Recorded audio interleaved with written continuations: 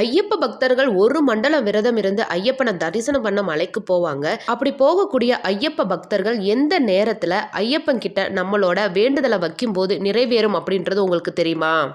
ஒரு மண்டலம் விரதம் இருக்கக்கூடிய ஐயப்ப பக்தர்கள் சபரிமலை போகணும் அப்படின்றதுக்காக இருமுடி கட்டுவாங்க. அப்படி இருமுடி கட்டும் பொழுது அந்த தேங்காயில் நெய் ஊற்றும் போது, அந்த நெய் ஊற்றக்கூடிய அந்த நேரத்தில் நம்மளோட கவனத்தை எங்கேயும் சிதற விடாமல் நம்மளோட வேண்டுதலை மட்டும் முழுமையாக மனதில் நினச்சி அந்த நெய்யை தேங்காயில் ஊற்றணும் அப்படின்னு சொல்லப்படுது. நெய்யுடன் நம்மளோட வேண்டுதலையும் சுமந்துக்கிட்டு இருக்கக்கூடிய அந்த நெய் தேங்காவை நம்மளோட தலையில் நம்ம சுமந்து ஐயப்பனோட திருப்பாதத்தில் சேர்க்கணும் அப்படின்னு சொல்லப்படுதுங்க. தன் மீது கொண்ட அலாதியான பக்தியாலும் தன்னுடைய வேண்டுதலை கண்டிப்பாக நிறைவேற்றி கொடுப்பார் ஐயப்பன் அப்படின்ற நம்பிக்கையாலும் இருமுடிய தன் தலையில் சுமந்து கொண்டு வந்து தன் திருப்பாதத்துல சேர்த்த தன்னோட பக்தருக்கு கண்டிப்பா ஐயப்பன் அவர் வேண்டின வேண்டுதலை கண்டிப்பா நிறைவேற்றி கொடுப்பார் அப்படின்றது நிதர்சனமான உண்மை.